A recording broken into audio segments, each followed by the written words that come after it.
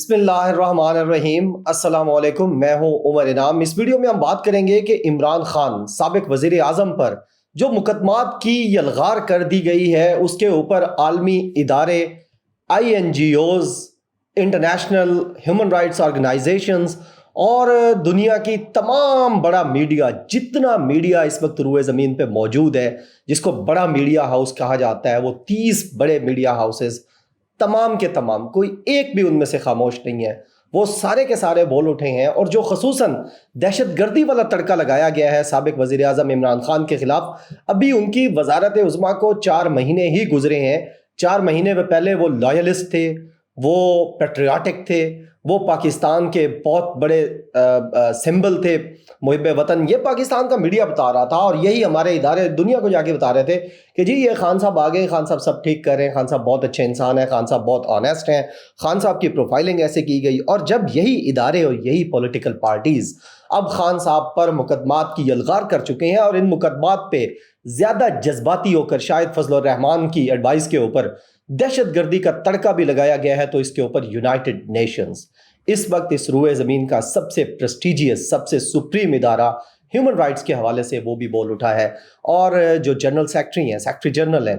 ان کے spokes person نے کہا ہے کہ وہ ویل اویئر ہیں اس پوری سچویشن کے اوپر، اور جو دہشت گردی کے مقدمات عمران خان پر بنائے جا رہے ہیں اس حوالے سے وہ سب جانتے ہیں۔ میں چونکہ خود انٹرنیشنل ریلیشنز کا اسٹوڈنٹ ہوں، اور یونائٹڈ نیشن ہمارا ایک میجر پلر ہوتا ہے انٹرنیشنل ریلیشنز میں، اور آپ سب بھی اس کو سمجھتے ہیں۔ یونائٹڈ نیشنز ویسے جنرلی اس طرح کے معاملات کے اوپر بیانات نہیں دیتا، یہ روٹین میٹر نہیں ہوتا، یہ بہت ایکسٹرا آرڈنری میٹر ہوتا ہے کہ جب یونائٹڈ نیشنز کے سیکرٹری جنرل، کوئی پریزیڈنٹ، کوئی چیئرمین نہیں ہے، جو ہیڈ کرتے ہیں یونائٹڈ نیشنز کو، وہ سیکرٹری جنرل کرتے ہیں، اور سیکرٹری جنرل کا آفس جب کسی چیز پہ بیان دیتا ہے تو اس کو اہمیت دی جاتی ہے، اور خصوصاً جب اس طرح کے پولیٹیکل میٹرز کے اوپر یونائٹڈ نیشن کے سیکرٹری جنرل کے آفس کا بیان آتا ہے تو اس کی بہت زیادہ اہمیت ہے۔ اور جب سے یہ بیان آیا ہے تو پاکستان میں وہ چمونے ممونے جو 3 مہینے پہلے بہت بڑے محب وطن بنے ہیں، وہ وظیفہ خور صحافی جو ٹکڑوں پہ پلتے رہے ہیں اس وقت کی اپوزیشن اور اب کی حکومت کے، وہ سارے بھی چپ ہیں، اور ان کے جو آقا یعنی سیاسی لوگ ہیں، اور ان سیاسی لوگوں کے پیچھے بیٹھ کر وہ پتلی تماشا کروانے والے لوگ، وہ بھی سارے کے سارے اب خاموش ہیں جب سے یونائٹڈ نیشنز کا بیان آیا ہے، انٹرنیشنل ہیومن رائٹس واچ کا بیان آیا ہے، ایمنسٹی انٹرنیشنل کا بیان آیا ہے، ہیومن رائٹس واچ کا بیان آیا ہے، انٹرنیشنل ہیومن رائٹس فاؤنڈیشن کا بیان مسلسل آ رہا ہے، اور اس کے علاوہ جو میگزینز ہیں، جو انٹرنیشنل ادارے ہیں، یہ میرے پاس کوئی لسٹ ہے تقریباً 35 کی، اس میں صرف میں آپ کو وہ والے بتا رہا ہوں جن کے نام کے ساتھ ہم سارے فیملیئر ہیں: CNN، New York Times, Wall Street Journal, Washington Post, Reuters, Economic Time, Al Jazeera, CNN، Khaleej Times, Democracy Now, The Guardian, AFP، RT، Tehran Times, Khaleej Magazine, Saudi Gazette, Gulf News, Japan Times, اس کے علاوہ Nikkei Asia, مدین English, NST online, TRT World, TRT Now, Tehran Times, یہ وہ سارے ہیں، یعنی بہت بڑی لسٹ ہے اگر یہ اس کو پڑھا جائے۔ اور اس کے علاوہ جن ہیومن رائٹ آرگنائزیشنز نے اس کے اوپر نوٹس لیا ہے، سب سے زیادہ تو یونائٹڈ نیشنز کی بات ہو گئی ہے۔ تو یہ سارے کیوں چیخ اٹھے ہیں؟ یہ اس لیے چیخ اٹھے ہیں کہ یہ جو دنیا ہے اس وقت، یہ ایک گلوبل ویلیج ہے، اور ساری دنیا ایک دوسرے کے ساتھ جڑی ہوئی ہے، کسی ملک میں اندھا راج نہیں ہے۔ ٹھیک ہے، کچھ ممالک پر نظر کم رکھی جاتی ہے اور کچھ ممالک پر زیادہ رکھی جاتی ہے، کسی کی اچھی چیزیں بھی بری لگتی ہیں اور کسی کی بری چیزیں بھی بہت اچھی لگتی ہیں، لیکن اندھیر نگری نہیں ہے، جنگل کا راج نہیں ہے۔ 100 سال پہلے جو کچھ ہوتا رہتا تھا، آپ کسی ملک میں کسی کو بھی تن دیں اور کچھ بھی کر دیں، اس کے اوپر دنیا نہیں بولے گی، یہ وہ والی نہیں ہے۔ یہ 21ویں صدی کا 22واں سال ہے۔ پاکستان میں وہ تمام ادارے جو 75 سال سے غداری کے سرٹیفکیٹ بانٹتے رہے ہیں، جو لوگوں کے محب وطن اور لوگوں کو غدار کہتے رہے ہیں، جو غداری کے مقدمات چلاتے رہے ہیں، وزرائے اعظم کو قتل جو ہے وہ کیا گیا، عدالتی قتل کیا گیا ذوالفقار علی بھٹو کا، اور بعد میں اس بینچ نے خود کہا کہ ان کے اوپر پریشر تھا۔ اب ان کو لگتا یہی ہے کہ یہ 21ویں صدی نہیں ہے، اور آج سے یہ 200 سال پیچھے رہ رہے ہیں، اور جو کچھ یہ کرتے رہیں گے اس کے اوپر کوئی ان کو پوچھنے والا نہیں ہوگا، کوئی کچھ کہنے والا نہیں ہوگا۔ جبکہ یہ جو سارے ادارے تھے، یہ آپ کو پتہ ہے پچھلے 4 مہینے کو بہت زیادہ نہیں بولے, تھوڑی بہت کوریج میڈیا میں ہوتی رہی ہے, تھوڑی بہت coverage international human rights organizations میں, یونائٹڈ نیشنز میں ہوتی رہی ہے. اس کی وجہ یہ تھی کہ اس سے پہلے یہ ایک پولیٹیکل کیس تھا, لیکن اب جب اس کو دہشت گردی کا تڑکا لگایا گیا جس پر وزیر اعظم عمران خان صاحب عدالت میں بھی اب پیش ہوں گے. 2 روز کی ان کو ضمانت ملی تھی دہشت گردی کی عدالت سے, دہشت گردی کا جو مقدمہ تھا, اب وہ اس انسداد دہشت گردی کی عدالت میں پیش ہوں گے اور دہشت گردی کے چارجز کو فیس کریں گے. لہٰذا یہ جو عمران خان صاحب کے خلاف ایک نیا پنڈورا باکس کھولا گیا ہے اور جذبات میں آ کر دہشت گردی کا مقدمہ کیا گیا ہے, یہ بہت سیریس ہے. یہ ملک کے لیے بھی سیریس ہے, اور ملک سے باہر جو بیٹھی ہوئی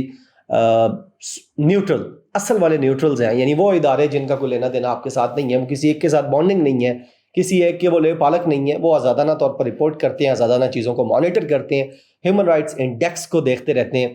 وہ جو نیوٹرل آرگنائزیشنز ہیں ان کے لیے یہ بہت سیریس کنسرن ہوتا ہے کہ جب آپ کسی ایک سیاسی شخصیت کو ٹیررزم چارجز سے بک کر دیں, ان کو فکس کر دیں, اور اس صورت میں جب اس کے خلاف کوئی ایویڈنسز نہ آپ کے پاس ہوں نہ کسی اور کے پاس ہوں, اور صرف خواہشات کی بنیاد پر ایسا کیا جائے, تو یہ بہت زیادہ ان کے اوپر پریشر آ رہا ہے.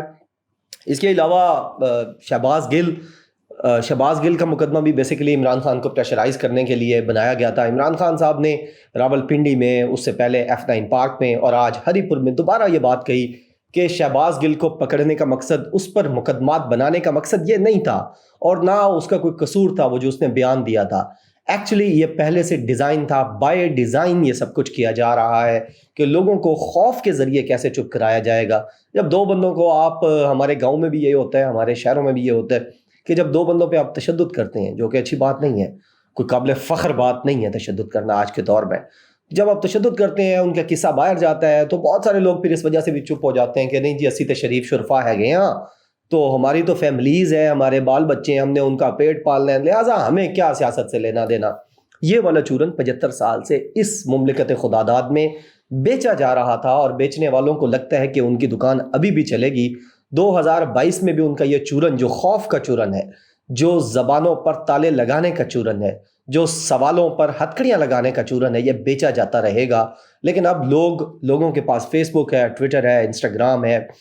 ٹک ٹاک ہے, سنیپ چیٹ ہے, جہاں پہ جا کے یہ ساری چیزیں لگاتے ہیں اور اس کو ڈسکس کرتے ہیں, اور جو ان کے آئیڈیاز ہوتے ہیں وہ سپریڈ کرتے ہیں, اور اس کی پھر وہ سارا پریشر ریٹیلیٹ کرتا ہے. لہٰذا یہ شہباز گل کا جو انہوں نے کیس بنایا تھا, اس کا بنانے کا مقصد یہی تھا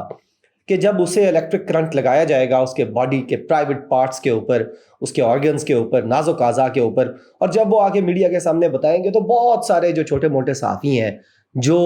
اداروں کو لگتا ہے کہ شاید جو ہے وہ یعنی کوئی چیز نہیں کرنا چاہتے, اور وہ ان کی انسٹرکشنز پہ, ان کی ڈکٹیشن پہ چلیں گے, تو وہ ان صحافیوں کو بھی, اور جو لوگ بنی گالہ میں عمران خان کے ساتھ کھڑے ہوئے ہیں, ان کے دائیں بائیں نوجوان, خصوصاً فیصل جاوید جیسے لوگ, اور ان جیسے بہت سارے لوگ جو اس وقت انڈر آبزرویشنز ہیں,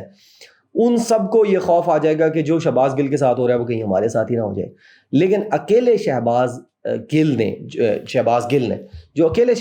نے اس پورے نظام کے ساتھ کیا ہے. یہ اسے ننگا کرتے رہے,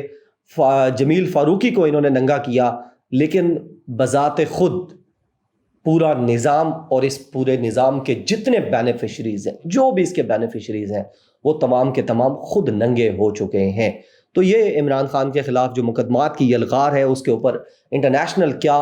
آرڈر آ رہا ہے, انٹرنیشنل کیا اس کے اوپر رسپانس آ رہا ہے, وہ میں نے آپ کو بتایا. شہباز گل کے بارے میں اور جمیل فاروقی کے بارے میں بھی جو کچھ کیا جاتا رہا ہے, وہ بھی آپ کے سب کے سامنے ہے. امید ہے پاکستان سے خوف کا بت ہمیشہ کے لیے ٹوٹے گا. اپنا بہت زیادہ خیال رکھیے گا. بہت شکریہ. اللہ حافظ. پاکستان زندہ باد.